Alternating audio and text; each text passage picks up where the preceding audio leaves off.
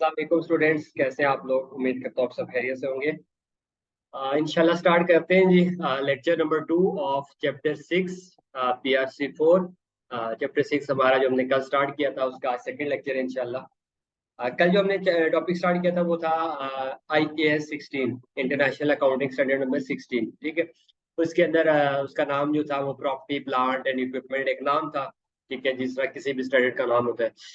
और या उसको आपकी बुक में उसका चैप्टर का नाम डेप्रिसिएशन है, क्योंकि आपकी बुक के अंदर वो पूरा स्टैंडर्ड नहीं है। ठीक है, उसका कुछ पोर्शन है, तो इसलिए उन्होंने पूरे स्टैंडर्ड का नाम नहीं लिखा, उन्होंने कहा डेप्रिसिएशन। ठीक है, अब डेप्रिसिएशन क्या होती है ये हम देख लेंगे। ठीक है, कोई परेशानी की बात नहीं है।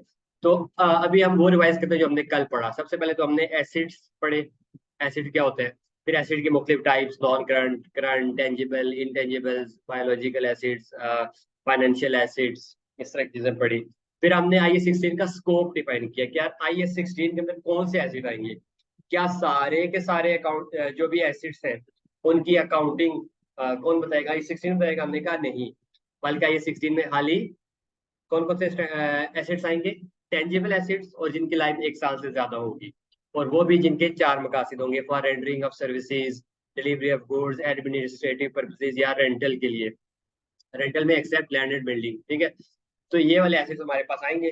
और तो IAS 16 पर हमने स्टार्ट किया था। IAS 16 ने कहा था उसकी अकाउंटिंग रिकॉर्ड किस पर करना है। एसेट आ गया हमारे पास, अब हमने एसेट को करना है डेबिट। किस अमाउंट पर एसेट डेबिट होगा बताएं।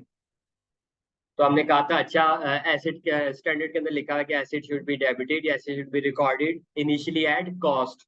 कॉस्ट के ऊपर आपने रिकॉर्ड करना है। और कॉस्ट के अंदर हमने क्या थी, एक लंबी सी लिस्ट हमने देखी थी, जिसमें से मेरे हाल में 4-5 चीजें हमने देख ली थी, एक चीज रह गई थी, वो आज वहां से हम स्टार्ट करते हैं। हमने क्या कहा था, list price minus trade discount, फिर डायरेक्टली एट्रीब्यूटेबल एक्सपेंसिव, फिर non refundable taxes and duties. Duty के वर्ड को मैंने एक्सप्लेन किया था क्या होता है, और रिफंडेबल नॉन रिफंडेबल का पूरा एडजस्टेबल का मैकेनिज्म आपको बताया था। ठीक है, मैंने आपको ये अगेन ये कह रहा हूँ कि आपका पेपर पास करने के लिए आपको बहुत कम नॉलेज चाहिए, लेकिन आप क्योंकि FAR 1, FR 2, CA फाइनेंस के अंदर अकाउंटिंग और आखिरी जो सब्जेक्ट है, उन सब के लिए आपकी बेस बहुत ज्यादा स्ट्रांग होनी चाहिए। तो उसके लिए मैं आपको थोड़ी एडिशनल चीजें बताता हूँ जो आप जनरल नॉलेज समझ के एटलीस्ट सुन लिया करें, ताकि लिख लिया करें। कि ये चीजें जो दिमाग में जाती हैं कभी ना कभी सामने चीज आती है तो बंदे के जहन में आ ही जाता है कि यार ये चीज तो हमें पता है। ठीक है, तो डंडी नहीं मारे, थोड़ी सी मजीद मेहनत करें। मैंने तो आप माशाल्लाह कर रहे हैं, थोड़ी सी एक्स्ट्रा एफर्ट करेंगे तो अच्छा रहेगा आपके लिए। आप क्योंकि देखें CA में है ही सारी अकाउंटिंग आगे। अच्छा जी, तो हमने इसमें क्या कहा था, फिर हमने कहा था present value of dismantling cost भी ऐड कर दो, स्टैंडर्ड ने कहा। अब ये डिसमेंटलिंग कॉस्ट क्या है, यहाँ से स्टार्ट करते हैं आज, और फिर आगे हम इसका एक क्वेश्चन करेंगे जिसमें हम देखेंगे क्या हमें कुछ समझ आई भी है या नहीं है। ठीक है जी।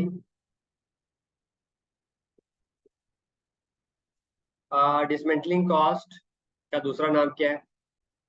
ठीक है जी, डिसमेंटलिंग कॉस्ट का पहले आपको बता देता हूँ, फिर उसके बाद हम इंशाल्लाह आगे बढ़ेंगे। इसको पता नहीं क्या हो गया, हैंग हो गया।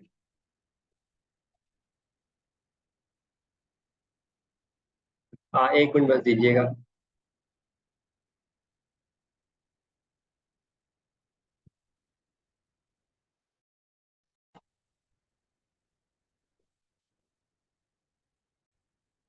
अच्छा जी, डिसमेंटलिंग कॉस्ट का ना दूसरा नाम, इसको आप ये भी कह सकते हैं डीकमीशनिंग कॉस्ट। ठीक है, डिस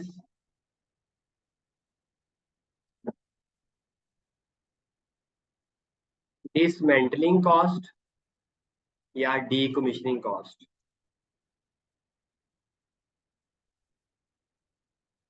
ये बड़ा इंपॉर्टेंट कॉन्सेप्ट है, और आगे जाके बहुत ज्यादा इसके ऊपर एक अलग से ना एक छोटा सा एक्सटेंडेड कह लें इफरी। तो ये आपने ध्यान से समझे। ठीक है, कॉस्ट का मतलब तो आपको पता ही है, खर्चा। ठीक है, खर्च को कहते हैं ना, खर्चा को कॉस्ट। ठीक है, कॉस्ट तो हमें पता है खर्चा। अब कौन सी कॉस्ट, डिसमेंटलिंग या डीकमीशनिंग कॉस्ट। अब ये कौन सी कॉस्ट होती है भाई। ठीक है, आपने देखा होगा कि बड़ी बड़ी जो फैक्ट्रीज लगती हैं, ठीक है, बड़ी फैक्ट्रीज, ठीक है, इंडस्ट्रियल एरिया में किसी का विजिट हुआ है, ये पाकिस्तान में पिंड इस्लामाबाद के जो लोग हैं उन्होंने देखा होगा, ये खत्तार के अंदर है, या I9 में इंडस्ट्रियल एरिया। ठीक है, कराची में, लाहौर में, हर जगह पे है, हर इंडस्ट्रियल एरिया अलग से होते हैं। फैक्ट्रीज, ठीक है, फैक्ट्रीज की ना बड़ी बड़ी मशीनरीज होती है। तो अब क्या होता है, मैंने आपको कल भी कहा था कि साइड प्रिपरेशन चार्जेस याद है कि आप एक ये बड़ी मशीन आई है जी, ठीक है, एक मशीन आई है, एक इसके साथ जो है ना लेट्स सपोज एक वाटर का टैंकर लगता है, ठीक है जी।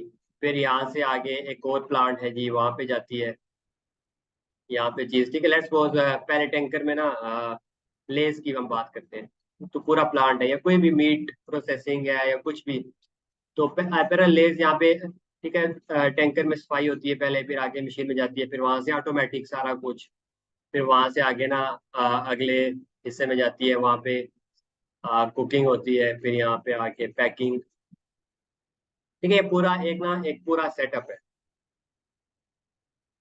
ठीक है। ये है क्या, बेसिकली एक सेटअप, इसमें सारा कुछ मिला के क्या बनता है, मैंने आपको क्या कहा था, ये सारे क्या है, टेंजिबल एसेट्स है, बिल्कुल टेंजिबल एसेट्स है। लाइफ मोर देन 1 ईयर है, बिल्कुल है। किससे यूज हो रहे हैं, किसके लिए यूज हो रहे हैं, पूरा मैन्युफैक्चरिंग के अंदर इस्तेमाल हो रहा है, ठीक है। एडमिनिस्ट्रेटिव मतलब इंतजामी अमूर, अपने बिजनेस के इस्तेमाल के लिए, तो ये सारे के सारे क्या हो जाएंगे, पीपीई का पार्ट है। ये तो हमारा स्कोप एग्री है, ये पीपीई की पार्ट है, ये सारी क्या है, मशीनरीज वगैरह। अब क्या होता है जी, जब ये सारी मशीनरी आती है ना, तो उसको ना इंस्टॉल करना पड़ता है। और इंस्टॉल करने के लिए ये नहीं है कि इसी तरह आप खुले आसमान के नीचे रख दे,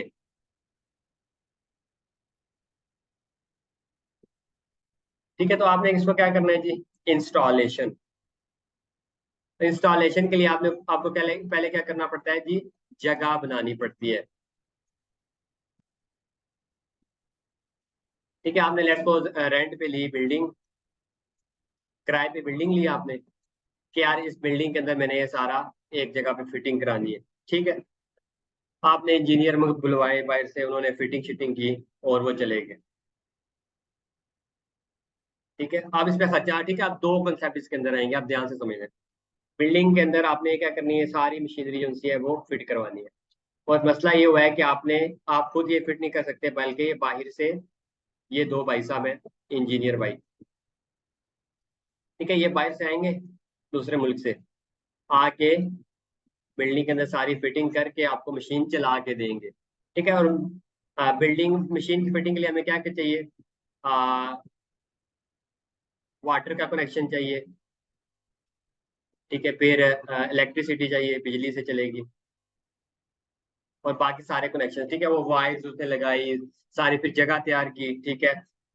इसी तरह मट्टी पे नहीं रख सकते, नीचे मैंने आपको कल क्या कहा था, सीमेंट की वो बना के ना फ्लोर उसके ऊपर रखते हैं, ताकि हैवी वेट मशीनरी है, ताकि वो कहीं या पानी वगैरह सैलाब भी आ जाए तो वो नीचे से इफेक्ट ना हो, बल्कि ऊंचा करके उसको एक जगह पे फिट किया जाता है। तो इस सब पे क्या आ गया खर्चा, इंजीनियर भाई आए, इन्होंने कहा यार मशीन आपने कितने की मंगाई है, हमने कहा जी 1000 रुपए की मंगाई है, लेट्स सपोज। इन्होंने कहा यार 500 ना, ये चले अभी पाकिस्तान में महंगाई ज्यादा है, तो मशीन कितने की आई है जी, 10 मिलियन की। इन्होंने कहा यार 5 लाख रुपए हम क्या लेंगे, फिटिंग कॉस्ट, उसको फिट करने के पैसे लेंगे, ठीक है।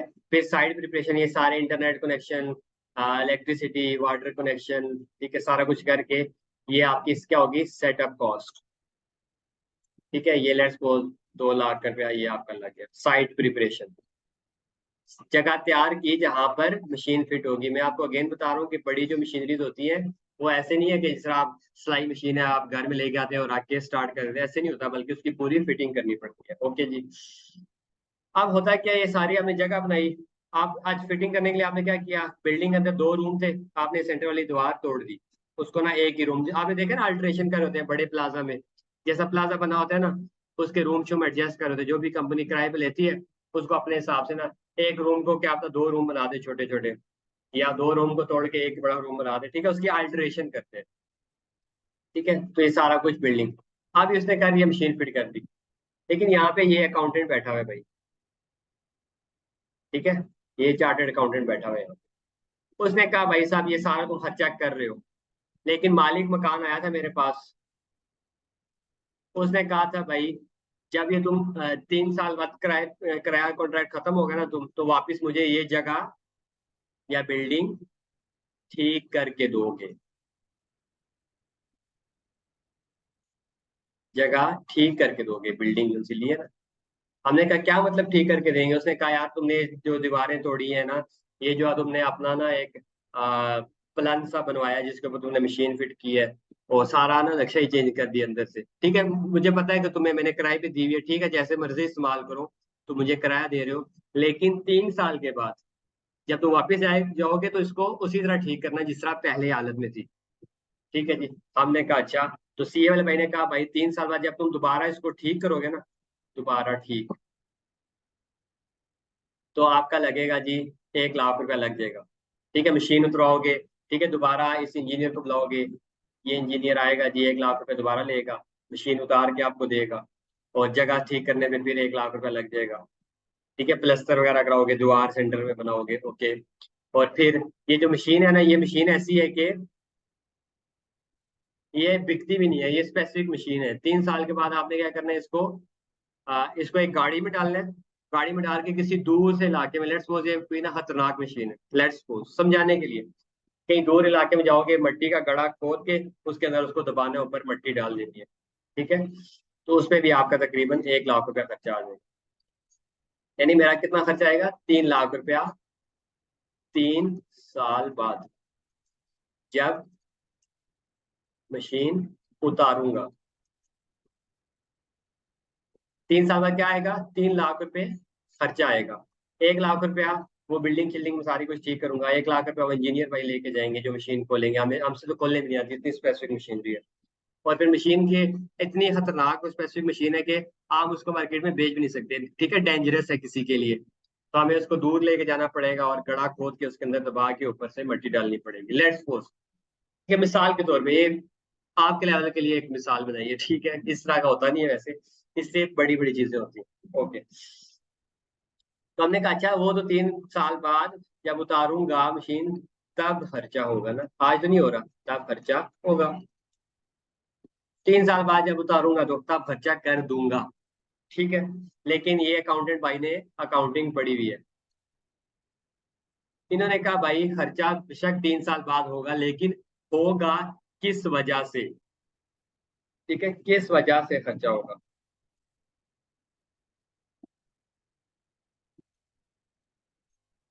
हमने कहा होगा तो भाई मशीन की वजह से।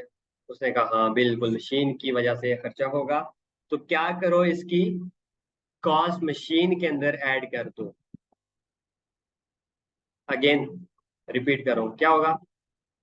हमने कहा यार 3 साल बाद जब ये मशीन उतारूंगा ना, मशीन उतारने का खर्चा होगा, फिर जगह को वापस ठीक करूंगा उसका खर्चा होगा, फिर इंजीनियर भाई आएंगे उनको पैसे देने पड़ेंगे उसका भी खर्चा होगा, लेकिन 3 साल बाद होगा ना, आज तो नहीं हो रहा। तो अकाउंटेंट ने कहा भाई ये खर्चा किस वजह से होगा, ये ना सोचो कब होगा, किस वजह से होगा। हमने कहा है तो मशीन में से, ना मैं मशीन लाता, ना मैं उसको फिट कराता, ना मुझे 3 साल बाद मशीन उतारनी पड़ती, तो मेरी जिंदगी आसान थी। ऐसे ही है ना। लेकिन कारोबार करने के लिए सारी मुश्किलात को काट, ये बिजनेस है ना, प्रॉफिट कमाना है। तो अब 3 साल बाद जब मशीन उतारूंगा तो वो मेरा 3 लाख रुपया खर्चा आ जाएगा, उतारने में, लोडिंग कराने में, उसको डिस्पोज करने में, जो भी है। ठीक है जी। तो अकाउंटेंट ने कहा ठीक है, जिस वजह से खर्चा मशीन में से, तो मशीन की कॉस्ट में ऐड कर दो। ये 3 लाख रुपया क्या होगा, मशीन की कॉस्ट में ऐड हो जाएगा। समझ आ गई बात। तो इसको हम क्या कहते हैं, डीकमीशन करने की कॉस्ट या डिसमेंटल करने की कॉस्ट। ठीक है, तो ये क्या होगा, हमेशा लिख रहे हैं इसके आगे, it is always added in, it is always added in cost of acid. Acid जो है हमारा, वो एसिड जो कि I16 के स्कोप में फॉल कर रहे हैं, उसकी कॉस्ट के अंदर क्या हो जाएगा, डीकमीशनिंग कॉस्ट होती है हमेशा, डीकमीशनिंग या डिसमेंटलिंग कॉस्ट होती है, वो क्या हो जाएगी हमेशा, कॉस्ट ऑफ एसिड के अंदर उसको ऐड कर दिया जाएगा। तो ये 3 लाख भी उसकी कॉस्ट में प्लस कर दिए जाएंगे। समझ आ गई बात। तो अब ऊपर आते हैं, ये जो हमने कल पढ़ा था, तो हमने क्या कहा था, लिस्ट प्राइस। आप समझ आ गई ना, list price minus trade discount, फिर नॉन रिफंडेबल टैक्सेस ड्यूटीज, ये भी हमने कहा था ऐड हो जाएंगे, प्लस डायरेक्टली एट्रीब्यूटेबल एक्सपेंसेस, वो खर्चे जो हम काम ना करते तो ना आता, काम किया है, वो एसिड खरीदा है तो खर्चा आया है, नहीं करता तो नहीं आया। ठीक है, जिस तरह गाड़ी का किराया, ठीक है, ट्रांसपोर्ट, फिर लोडिंग। अगर मैं मशीन लेता ही ना तो उसको कराची से गाड़ी में रख के इस्लामाबाद लेके आता नहीं, तो नहीं ऐड होता। मशीन ली है तो वो ट्रांसपोर्टेशन खर्चा है। इसी तरह लोडिंग अनलोडिंग, मशीन ना लेता तो अनलोडिंग अनलोडिंग किसकी कराता? लोडिंग अनलोडिंग नहीं कराता। मशीन ली है तो उस वजह से है, ठीक है। तो ये सारे डायरेक्टली एट्रीब्यूटेबल एक्सपेंसेस है, तो ये कॉस्ट का पार्ट बनते हैं। और हमने क्या कहा था? Present value of future dismantling cost, जो 3 साल बाद, याद है ना? अभी हमारी मिसाल एग्जाम्पल में क्या था? हमारी एग्जाम्पल में 3 साल बाद खर्चा आना है। लेकिन स्टैंडर्ड ने क्या क्या क्या भाई, 3 साल बाद भी खर्चा आना है, किस वजह से आने? मशीन पैसे आने, बस ठीक है, उसको मशीन की कॉस्ट का पार्ट बना दो। यहाँ तक एग्री हैं आप सब? ठीक है जी। मेरे लेक्चर जो है थोड़ा सा ये स्पीड होती है, तो आप ना पॉज कर सकते हैं, जहाँ पे ना आपको लगे वहां पे पॉज करके लिख के समझ के फिर आप स्टार्ट कर सकते हैं।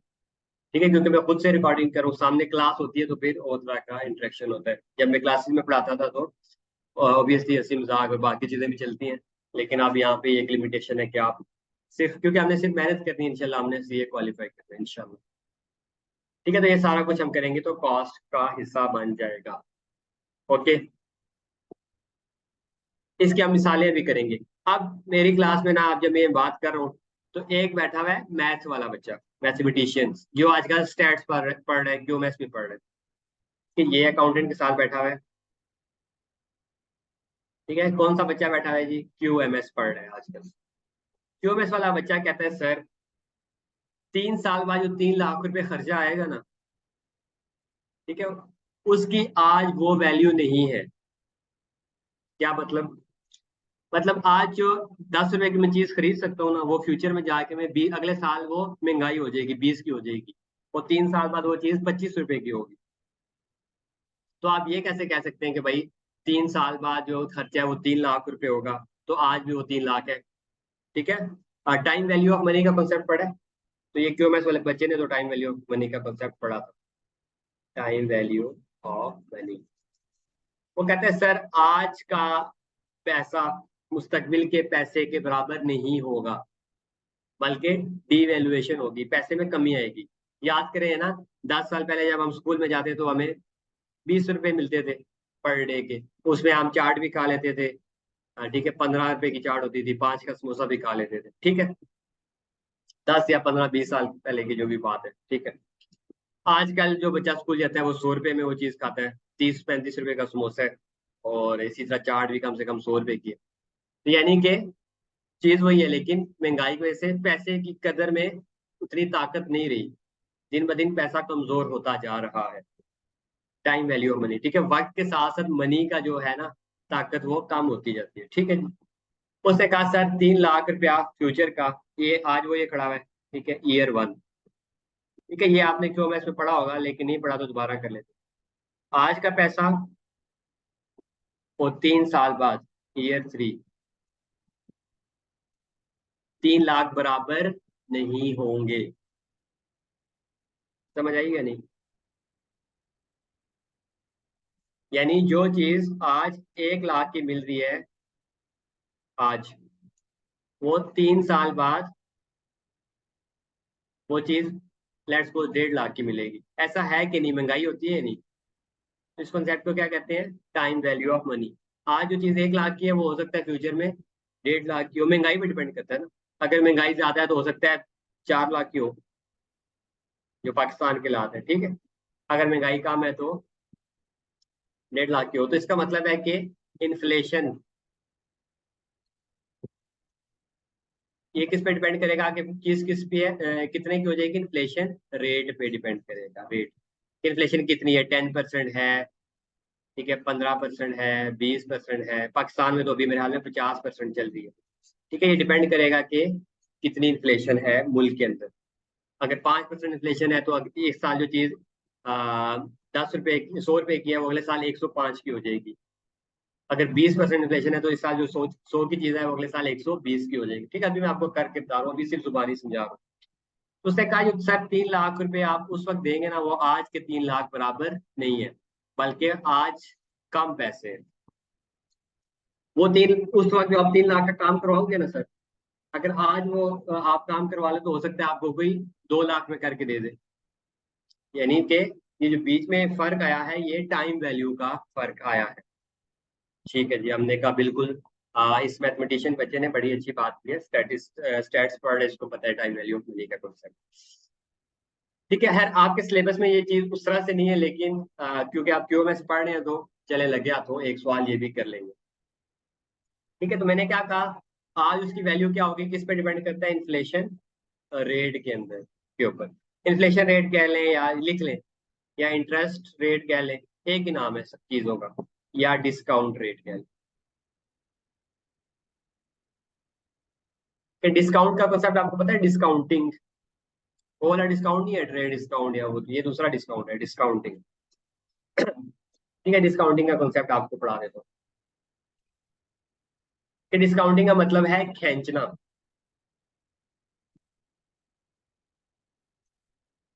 यानी कोई चीज दूर दूर वाली चीज को आज अपने पास क्या करना, खींचना, दूर वाली चीज।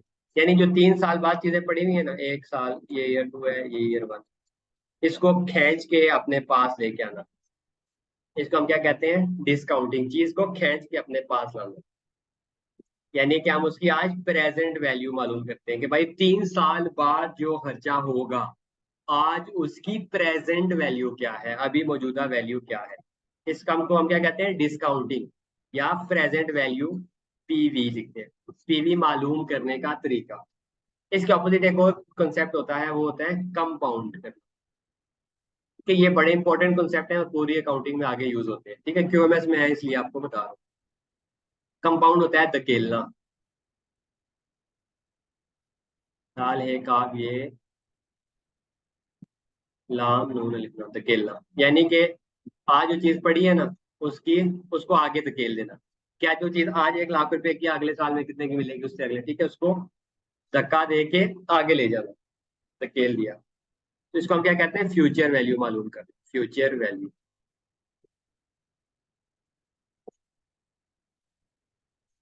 ठीक है, ये हमारा अभी रेलिवेंट नहीं है, इसको मैं क्रॉस करूँ। ठीक है, कंपाउंड का मतलब धकेलना, उसकी फ्यूचर वैल्यू मालूम करना, क्यूएमएस के अंदर इसका फॉर्मूला होगा, जो स्टूडेंट क्यूएमएस पढ़े उनको पता होगा। दूसरा क्या है, डिस्काउंटिंग, यानी फ्यूचर में चीज को धकेलना अपने पास। तो ये हमारे लिए इसलिए रेलिवेंट है कि यार स्टूडेंट ने क्या कहा था, सर खर्चा जो उनसे है ये आप 3 साल बाद ये आप 3 लाख रुपए का खर्चा करेंगे। तो आज आप कैसे 3 लाख पूरा ऐड कर सकते हैं, आपको चाहिए कि उसकी आज प्रेजेंट वैल्यू निकालें और वो ऐड करें। क्यों? क्योंकि उसने कल जब मैं लिख रहा था, उसमें बच्चे ने गौर से पढ़ा था, उसने क्या कहा था, सर आपने क्या लिखा था, present value of future dismantling cost.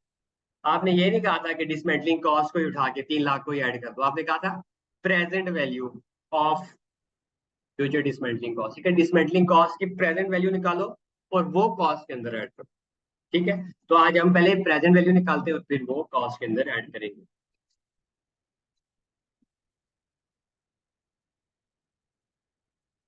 ठीक है जी, तो प्रेजेंट वैल्यू निकालने को हम क्या टेक्निक कहते हैं, डिस्काउंटिंग। किसी चीज को डिस्काउंट करना, अपनी तरफ खींचना कि यार आज क्या वैल्यू।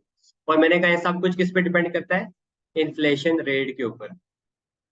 महंगाई का क्या रेट है, या इंटरेस्ट रेट, या नाम है, एक चीज के 3 नाम है। जो चीज आज 1 लाख रुपए की है, फ्यूचर में कितने की होगी, किस पे डिपेंड करता है कि महंगाई कितनी है, इन्फ्लेशन रेट कितना है। इन्फ्लेशन कहते हैं महंगाई को, इन्फ्लेशन रेट क्या है जी, 10% है तो एक चीज जो 1000 रुपए की है वो 1100 की हो जाएगी। 20% है तो 1200 की हो जाएगी। 30% है तो 1300 की हो जाएगी। ठीक है जी, तो आइए हम अपने सवाल में देखते हैं। ठीक है, अब हम मैं आपको ना एक कंप्लीट सवाल बना के देता हूँ, फिर हम वो सॉल्व करते हैं, तो हमें कॉस्ट निकालना आ जाएगी। जब कॉस्ट निकालना आ जाएगी तो ऐसे कॉस्ट पे रिकॉर्ड करेंगे, फिर उसके बाद की अकाउंटिंग क्या होनी है, कैसे करनी है, वो इंशाल्लाह हम सीखते चले जाएंगे। पहला स्टेप हमारा ये है। तो आइए जी, मैं सवाल एक बनाता हूँ आपके सामने, आप लिखें सारे। ठीक है, एक ही सवाल में कोशिश करूंगा कि मैक्सिमम, बल्कि सारा का सारा ना, सारे कॉन्सेप्ट एक ही सवाल में कवर करने की कोशिश करते हैं। ठीक है, परचेज मशीन हैविंग लिस्ट, लिखें आप, having list price ₹1 million, machine purchase की। ठीक है, supplier gave trade discount rupees, उसने कहा जी 1 लाख रुपए का डिस्काउंट दूंगा आप। ठीक है जी। उसके बाद लेट्स सपोज आप बाहर मुल्क से मंगवा रहे हैं, चाइना से। इंश्योरेंस इन ट्रांजिट ₹50,000, रास्ते की इंश्योरेंस, ठीक है, रास्ते की। ये भी आपको बताऊंगा क्या होता है। फिर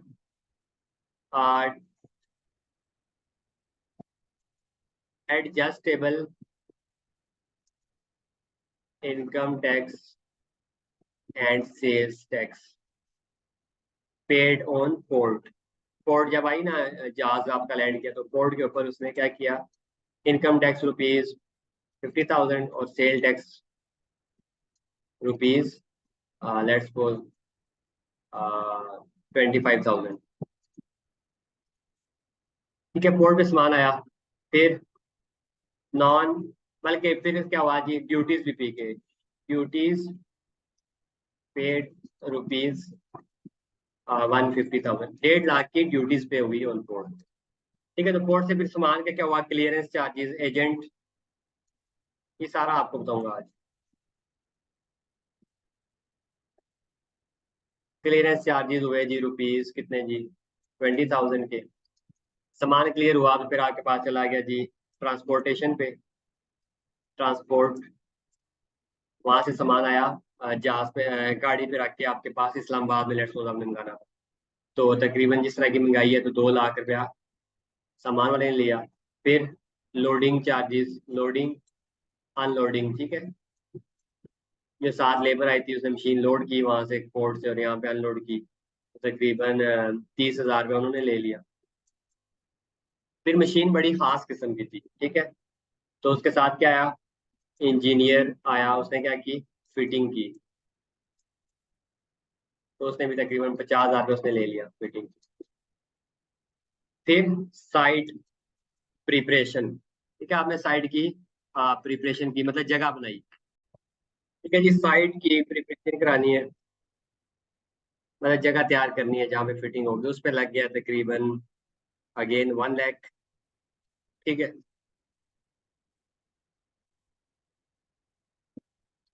चलिए फिलहाल यहाँ तक ही है। और इसके बाद आफ्टर 3 इयर्स, आफ्टर 3 इयर्स आपने क्या करना है, cost of dismantling is rupees let's suppose 1.5 lakh. Sorry मैं स्पीकर नहीं लगाया था। ठीक है, 3 साल बाद जो सा है वो 1.5 लाख रुपया लगेगा डिसमेंटलिंग कराने के ऊपर। ठीक है, अब इसकी ना फाइंड, आपके लिए क्वेश्चन है, find cost of the asset, पूरा लिखता हूँ, to be recognised in the financial statements.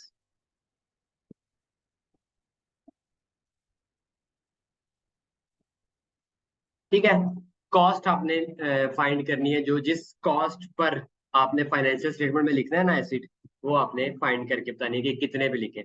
ठीक है जी, तो ऊपर जो आपको जनरल रूल बताया था उसको देखते हुए ना आप करें जरा, क्या रूल बताया था उसको देखते हुए आप इसकी कॉस्ट तो निकालें जरा। ये list price minus trade discount plus non refundable या non adjustable taxes plus directly attributable expenses और फिर present value of future dismantling cost, ये सारा कुछ ऐड करके इसकी कॉस्ट बनेगी एसिड, जिस पर एसिड रिकॉर्ड करेंगे।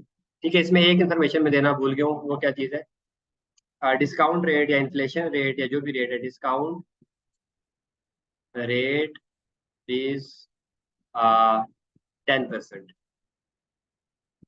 ठीक है, 10% डिस्काउंट रेट। तो आप मुझे क्या करें, कॉस्ट निकाल के बताएं। तो यहाँ पे आप पॉज करें लेक्चर को और रिकॉर्ड करें, मैं और सॉरी कॉस्ट फाइंड करें, मैं जब तक ना आगे पढ़ा दूँ।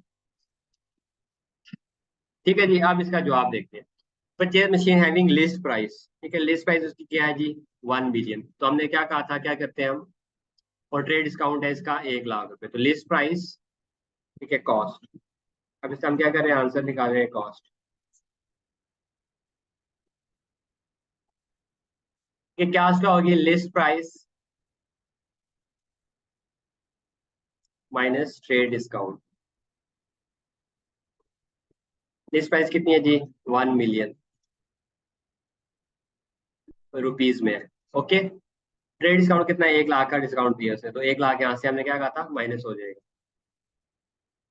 List price minus trade discount, फिर प्लस, आप बाकी चीजें आपको बताता हूँ, ठीक है। ये हमने कर लिया ना, लिस्ट प्राइस होगी हमारे पास, ठीक है, ट्रेड डिस्काउंट माइनस हो गया।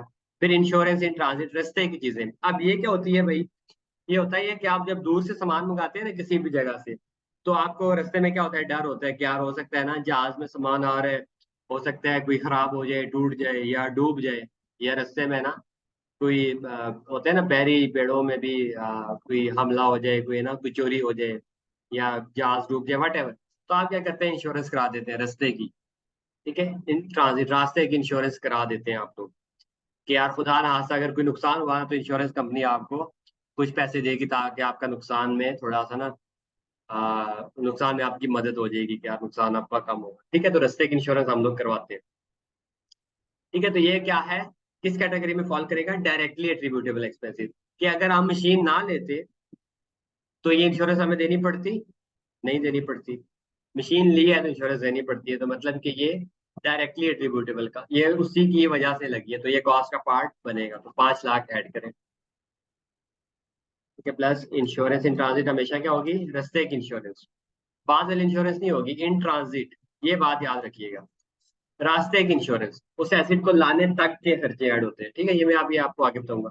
लेकिन आपने क्या करना है, याद रखना है, इंश्योरेंस कभी भी ऐड नहीं होगी, इंश्योरेंस इन ट्रांजिट ऐड होगी हमेशा, ठीक है। तो इंश्योरेंस कितनी हमने कराई है जी, इंश्योरेंस ट्रांजिट 50,000 की, तो ये कॉस्ट का पार्ट बनेगी प्लस, ठीक है जी।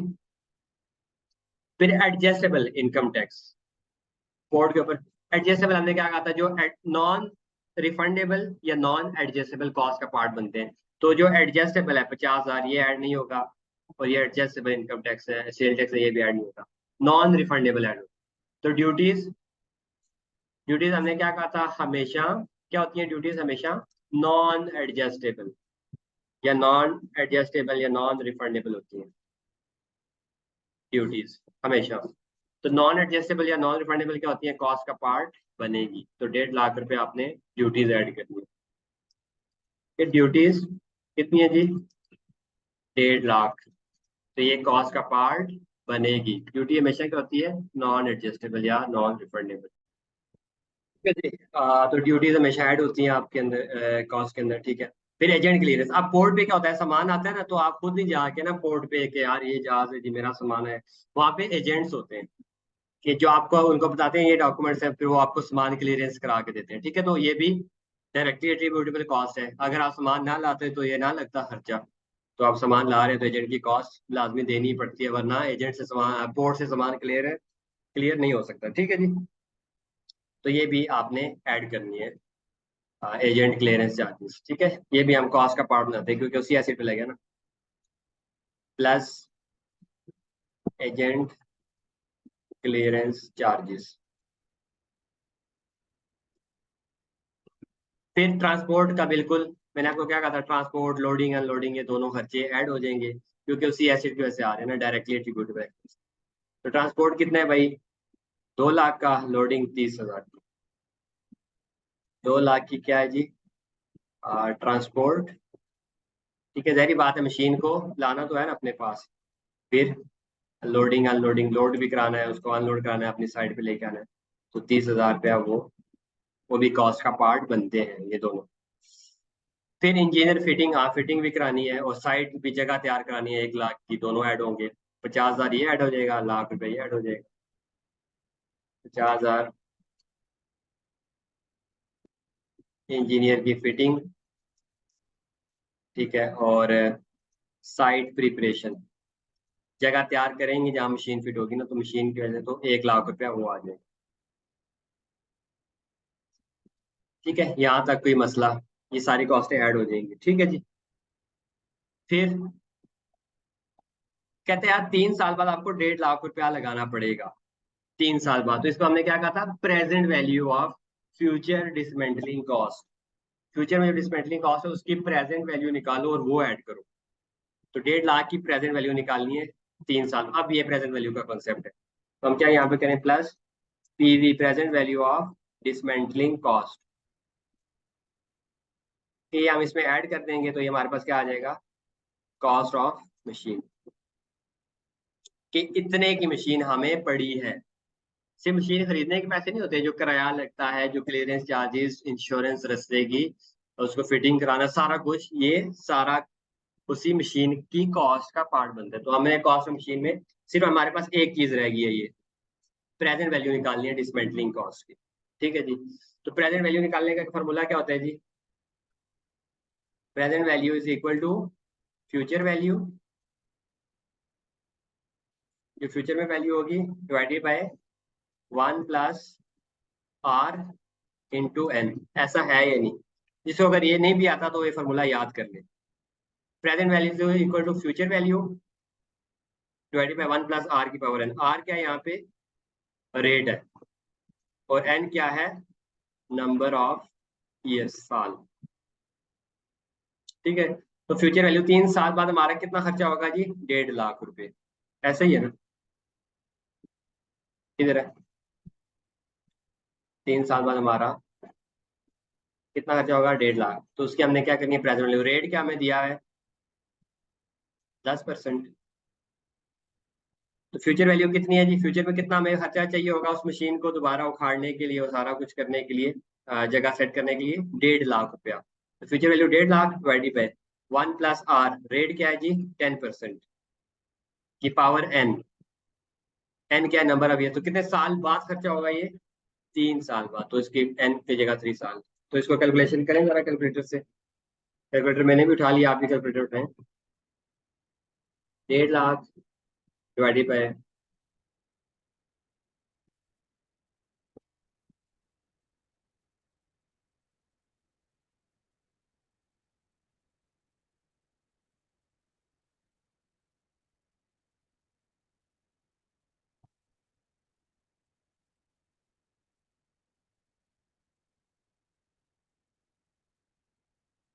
ठीक है जी। कैलकुलेटर से हमने सॉल्व किया, इसका आंसर आया हमारे पास 1,12,697।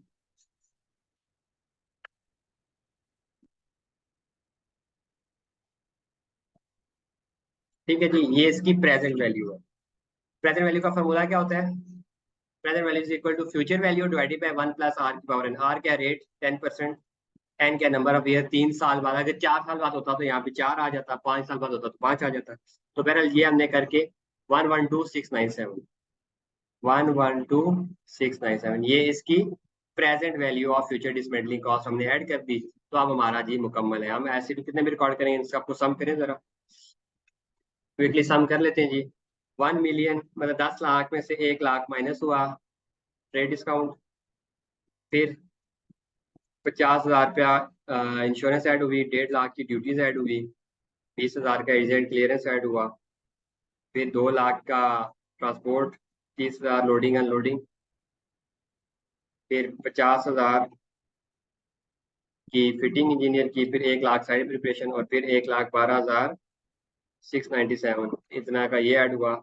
ये टोटल एसिड हमें कितने का पड़ा, 1612697। तो ये इसकी क्या होगी भाई, कॉस्ट। तो आज के टॉपिक में मैंने आपको क्या सिखाया, डिसमेंटलिंग की प्रेजेंट वैल्यू निकालना और कॉस्ट बनाना, कौन कौन सी कॉस्टें ऐड करनी है, कौन कौन सी नहीं। इस पे ना अभी क्या करते हैं, अभी बजाय इसके कुछ नई चीज स्टार्ट करते हैं, हम कॉस्ट के ऊपर ना एक दो और सवाल कर लेते हैं ताकि सारे के सारे कॉन्सेप्ट कवर हो जाए। कल हम जो उनसे कॉस्ट से फिर आगे चलेंगे, ठीक है जी, ऐसे कर लेते हैं। कॉस्ट कितने की पड़नी है हमारी मशीनरी की, 16,12,697, 1,06,12,697 रुपीज। तो ये इसकी क्या है, कॉस्ट ऑफ मशीनरी। कॉस्ट क्यों जरूरी है, ऊपर जाके देखें जरा, क्योंकि IS 16 ने हमें क्या कहा था भाई,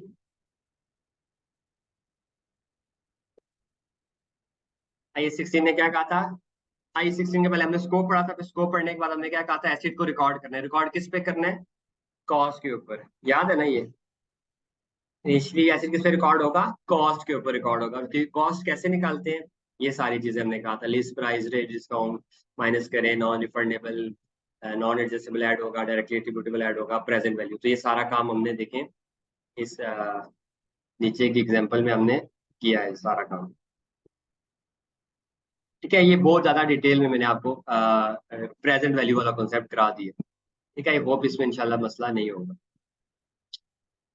ठीक है, जो जो सी ऐड होनी थी वो सारी ऐड की होनी है। तो ये हमने क्या किया? मशीन की कॉस्ट निकाल ली। ठीक है,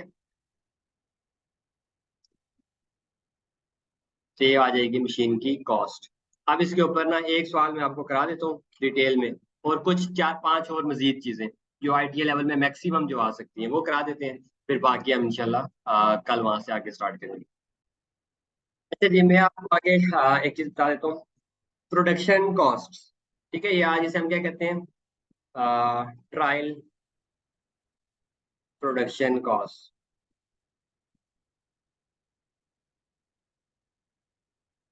ठीक है, होता है ना, अगर आपने लेट्स सपोज एक मशीन लाई कि यार ये मशीन जो सी है ना, वो चॉकलेट्स बना के बेचेगी। इंजीनियर ने जब मशीन फिट की, उसने कहा अब ये रेडी है प्रोडक्शन के लिए। ठीक है, आपने कहा नहीं भाई, मुझे पहले चेक करके दिखाओ। ये तो नहीं है वो लगा के चला जाए, अगले दिन आपने किया तो चॉकलेट्स बन ही नहीं रही। हो सकता है ना, तो हम क्या करते हैं? चेक करवा लेते हैं। तो ट्रायल प्रोडक्शन कॉस्ट जो होती है, आप चेक करवाने पे खर्चा आएगा या नहीं आएगा? फ्री में तो नहीं होगी, उसमें शुगर डलेगी, जो भी चॉकलेट के जो भी इंग्रेडिएंट्स हैं, मिल्क वगैरह डलेगा, और बाकी जो भी कैफीन या जो भी उसके अंदर ना चॉकलेट्स डलेंगी। ठीक है, तो सारा खर्चा आएगा उसके ऊपर। ठीक है, तो वो उस कॉस्ट का क्या करना है? तो स्टैंडर्ड ने क्या कहा है? वो नेट कॉस्ट ऐड करनी है। Net, net cost to be added. Net मतलब ये कि आपने देखिए चॉकलेट्स बनाने पे जो खर्चा किया टेस्ट करने के लिए, ठीक है, ट्रायल प्रोडक्शन या टेस्ट रन्स कह सकते हैं, टेस्टिंग कॉस्ट। ठीक है, अब टेस्टिंग ऐसे तो नहीं होती मशीन चला के देखें, बल्कि मशीन चला के वो चीज बना के देखें, जिस जो चीज बनाने के लिए आपने मशीन ली है वो वैसी चीज बना रही है या नहीं बना रही। ठीक है जी, तो नेट कॉस्ट को भी ऐड, नेट में ऐड करनी है टोटली। अब हुआ क्या? मैंने कहा जी मैंने लेट्स सपोज चॉकलेट्स चेक करवानी थी, तो उसके ऊपर मेरी कॉस्ट कितनी आई सारी? ठीक है, मिल्क की आई, फिर इलेक्ट्रिसिटी जो मैंने लगाई थी, फिर उसके अंदर ना शुगर डाली, सारा कुछ जो भी इंग्रेडिएंट्स है, तो मुझे तकरीबन 20,000 रुपये की कॉस्ट आ गई। ठीक है, तो क्या 20,000 ऐड करो? नहीं, स्टैंडर्ड क्या है? नेट ऐड करो। नेट मतलब उससे अगर कोई फायदा भी हुआ है तो मैं कहता हूँ हाँ 20,000 की ये बनी थी, फिर मैंने क्या किया यार, वो चॉकलेटें मैंने सेल्स भी करनी है। ऑब्वियसली वो सस्ती बिकेंगी, क्यों? क्योंकि अभी वो टेस्ट रन में थी ना, प्रॉपर उसके ऊपर ब्रांड ये वो नहीं था, वो टेस्टिंग। मैंने कहा 20,000 की ना 5,000 की मैंने बेच दी है।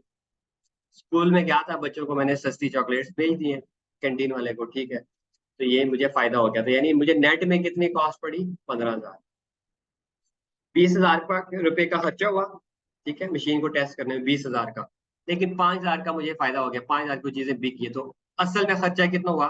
20,000 का खर्चा हुआ, और 5,000 मुझे मिल गया, यानी तकरीबन 15,000 का खर्चा हुआ है ना नेट में। तो नेट कॉस्ट ऐड करनी है। ठीक है, तो प्रोडक्शन कॉस्ट जो होती है, ट्रायल प्रोडक्शन जो आप है ना टेस्ट कर रहे होते हैं, उसकी हमेशा क्या होता है? Net cost to be added, net में उसकी कॉस्ट ऐड करते हैं। ठीक है, अगर मैं कहता हूँ नहीं बिकी जी, 20,000 की चॉकलेट हुई, बिकी नहीं है, जीरो, तो आपने हमेशा क्या करना है? लेट्स सपोज मैं कहता हूँ 20,000 की चॉकलेट्स नहीं बिकी, कितने की? जीरो की, तो जीरो माइनस मतलब 20,000 का, तो फिर 20 पूरा ही ऐड होगा ना।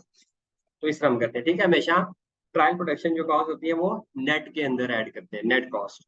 मतलब उससे अगर कोई बेच के फायदा हुआ है तो वो बीच में से माइनस करा लो, बाकी ऐड कर दो। तो हमारे केस में 20 में से 5,000 का फायदा हो गया, बिकी, तो 15 ऐड कर देंगे। अगर 5 का फायदा नहीं हुआ, 0 रुपए की बिकी या बिकी ही नहीं, तो 20 की 20 पूरी की पूरी कॉस्ट में ऐड हो जाएगी। ठीक है, तो ये आपने बात याद रखनी है। ठीक है जी, ये समझ आ गई। बाकी ये है कि चले सवाल जब हम करेंगे तो साथ साथ हम कर लेंगे सॉल्व। कुछ ऐसी कॉस्ट हैं जो बिल्कुल ऐड नहीं होनी चाहिए, वो मैं आपको 3-4 कॉस्टें बता देता हूँ। बाकी हाँ, लीगल कॉस्ट वगैरह भी ऐड होती हैं, लीगल कॉस्ट के ऊपर ना लिख लें, legal cost add. Legal cost क्या होती है जी? अगर कोई ना, जरा गाड़ी आपने ली, व्हीकल, गाड़ी एक एसिड है ना, टेंजिबल एसिड है, जिसकी लाइफ मोर देन 1 ईयर है, तो IS 16 में फॉल करेगा। स्कोप तो आपको पता ही है ना। तो व्हीकल हमने ली 1 लाख की, लेट्स सपोज, और उसकी ना क्या होती है, लीगल कॉस्ट। उसका कानूनी जाके अपने होती है ना नाम करवाने की कॉस्ट, कानूनी कागजात बनवाने की 5,000। तो लीगल कॉस्ट क्या होती है, हेड के कॉस्ट में हमेशा जहाँ पे भी लीगल एंड प्रोफेशनल चार्जेस आएंगे, legal cost and professional cost लिख दें। ठीक है, एक ही नाम है, मतलब एक ही आपके लेवल पे एक ही है। ठीक है, तो 5,000 वो है तो वो भी ऐड होगा। तो अब गाड़ी कितने की पड़ी, 1 लाख की गाड़ी ली, 5,000 रुपया उसे अपने नाम करवाने पे लगे, ठीक है, उसको रजिस्टर कराने में। तो वो भी कॉस्ट का, लीगल कॉस्ट मैंने क्या कहा, एड इन कॉस्ट, कॉस्ट में ऐड होती है। ठीक है, add in cost of asset, जो भी एसिड की कॉस्ट होती है ना उसके अंदर आपने ऐड करनी है। तो 1,05,000 रुपया हो जाएगा। अब मैं कुछ ऐसी आपको कॉस्टें बताता हूँ जो कभी भी कॉस्ट का पार्ट नहीं बनेगी। ठीक है, वो हमें पता होनी चाहिए।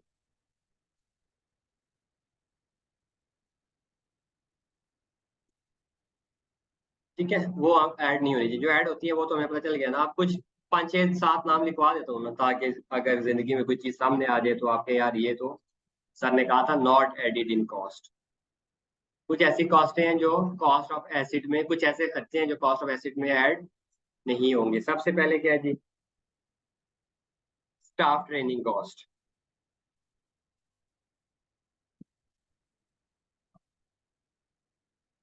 ठीक है, आपने मशीन मंगाई, मशीन मंगवाई और सारी फिटिंग शिटिंग करा ली, फिर आपने कहा यार ओहो मेरे जो वर्कर रखे हैं ना, मजदूर मैंने रखे हैं, इनको तो मशीन चलाने नहीं आती। उसके लिए अब एक और इंजीनियर बुलाऊंगा, वो आगे 2 दिन इनको ट्रेनिंग देगा। ठीक है, ट्रेनिंग देगा और फिर इनको चलाना आ जाएगा। और ट्रेनिंग के वो कितने पैसे लेगा, लेट्स सपोज 20,000 भी लेगा, ताकि वो मेरे वर्कर को मशीन चलाना सिखा दे। तो स्टैंडर्ड ने क्या कहा, स्टाफ ट्रेनिंग कॉस्ट नॉट, ये आपने ऐड नहीं करनी। ठीक है, स्टाफ ट्रेनिंग कॉस्ट कभी भी कॉस्ट का पार्ट नहीं बनेगी। उसके अलावा जनरल एंड एडमिन एक्सपेंस। ठीक है, जो मशीन के लिए नहीं लगे, वैसे ही जो बहुत लगते ही लगते हैं। लेट्स सपोज जिस बिल्डिंग में आपने मशीन फिट की ना, उसका क्या था, बिल्डिंग का किराया। ठीक है, वो आप मशीन लेते ना लेते, बिल्डिंग का किराया तो आपको देना ही पड़ता ना, जनरल एंड एडमिन। तो जनरल एंड एडमिन, ठीक है, इस तरह के रोजमर्रा के जो छोटे मोटे अखराजात होते हैं। ठीक है, लेट्स सपोज आपने अगर है ना इंजीनियर को आप आया, उसने पानी पी लिया या वहां से चाय पी ली, तो ये जनरल एडमिन एक्सपेंसेस है, छोटे मोटे खर्चे। ठीक है, ये कभी भी जनरल एडमिन एक्सपेंस कॉस्ट का पार्ट नहीं बनते, नॉट एडिड इन कॉस्ट। इसके आगे भी क्रॉस लगा दे। फिर मार्केटिंग का कोई खर्चा। ठीक है, आपने कहा यार ये मशीन तो मैंने ले ली है, लेकिन इससे क्या होगा जी, मैं चीजें बना के बेचूंगा। तो बेचने वो नहीं होता, टीवी पे इश्तेहार चलता है जी, ये वाली नई चॉकलेट है, जूस है, या जो भी चीज आपने बनाई है, गाड़ी बनाई है, वट एवर।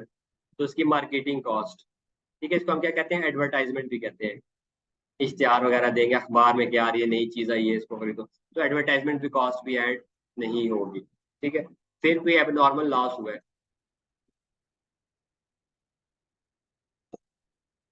ठीक है, एबनॉर्मल लॉस, लेट्स सपोज आपने नई गाड़ी ली, और गाड़ी या कोई मशीन ली, आप मशीन लेके आइए, बड़ी इंपॉर्टेंट बात है यार। ठीक है, इंपॉर्टेंट, ये बात याद रखनी है।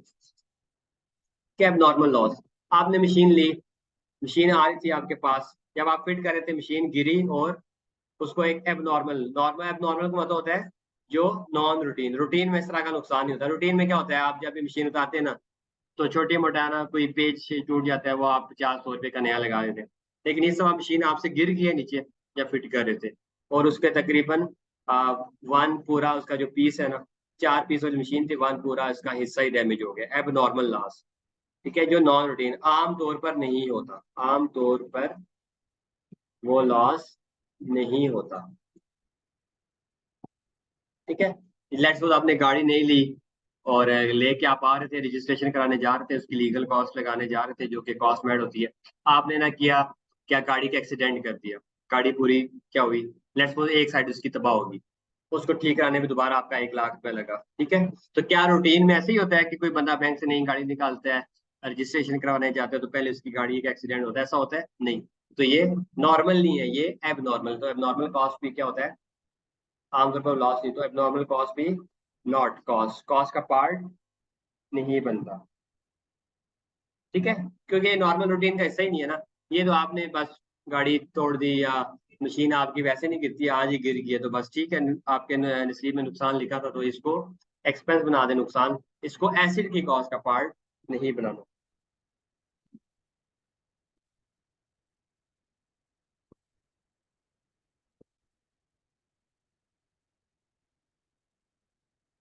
फिर एक और आखिरी चीज, वो भी बड़ी इंपॉर्टेंट, फ्यूचर ऑपरेटिंग लॉसेस।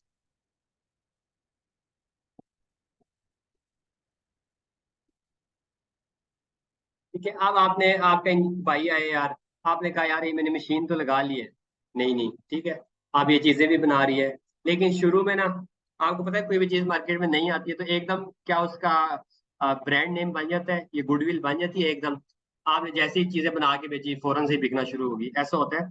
नहीं, बल्कि टाइम लेता है ना। आहिस्ता आहिस्ता आप उसके इश्तेहार देते हैं, एडवर्टाइजमेंट करते हैं, फिर अगर चीज अच्छी हो तो पहले दो बंदे खरीदते हैं, फिर वो दूसरों को बताते हैं, फिर वो खरीदते हैं। ठीक है, तो मतलब एक टाइम लगता है। ठीक है, ऐसा है या नहीं? तो एक टाइम लगता है प्रोडक्ट को प्रॉफिटेबल, मुनाफा कमाने में। शुरू में क्या होता है जी, चीजें आप बना रहे हैं ठीक है लाख रुपए की, लेकिन वो खरीदारी इस तरह नहीं हो रही तो आपको बीच में से 80,000 का नुकसान हो जाता है, क्या लॉस। तो 20,000 पे आपको पहले साल, अगले साल क्या हुआ जी, लाख की चीजें आप बेचते हैं तो उसमें अब आपको फायदा होता है, ठीक है, तो तकरीबन नुकसान 50,000 के आधो आध फायदा। शुरू शुरू में ना कंपनीज को नुकसान हो रहा होता है, ये तो नहीं है पहले दिन ही आपने प्रोडक्ट्स इशू किए और सारी दुनिया में लोग लेना शुरू हो गए, टाइम लगता है। फिर तीसरे साल फिर जो है ना 1 लाख की बनाई, हाँ इस साल जो है जाया कोई नहीं हुई तो सारी 1 लाख की बिकी। तो यानी इस साल अब अकाउंटेंट बैठा हुआ है, वो कहते हैं यार मुझे ना फ्यूचर के ना ऑपरेटिंग लॉसेस होंगे, जब मैं मशीन बनाऊंगा, लगाऊंगा मशीन, और जब काम स्टार्ट करूंगा ना, तो शुरू के 2 साल तो मुझे बहुत नुकसान होगा। कितना नुकसान होगा? 80,000 पहले साल नुकसान होगा, 50,000 ये। तो उसने क्या किया, 80,000 का फर्स्ट ईयर का लॉस, दूसरे साल का 50, फ्यूचर के ऑपरेटिंग लॉस। ऑपरेटिंग क्या होता है? काम करने के नुकसान। जब मैं मशीन कराऊंगा तो मुझे ना शुरू के 3-4 साल तो बड़ा नुकसान होगा, हाँ उसके बाद ऐसा ऐसा फायदा होगा। तो अब मैं क्या करूँ, ये जो मुझे नुकसान होगा ना, इसको मैं कॉस्ट का पार्ट बना देता हूँ। तो स्टैंडर्ड ने कहा भाई खबरदार, फ्यूचर ऑपरेटिंग लॉसेस को कभी भी not added in cost, cost का पार्ट कभी नहीं बनाना। ये नहीं हो सकता कि अच्छा फ्यूचर में नुकसान हो रहे हैं तो उसका मैं क्या करूँ, कॉस्ट का पार्ट लो, ऐसा कभी नहीं करना। ठीक है जी, तो आज यहाँ तक रखें, कल मैं आपको ना एक और इंटरेस्टिंग चीज बताऊंगा। ठीक है, यहाँ पे लिख लेते हैं ताकि हमें याद रहे।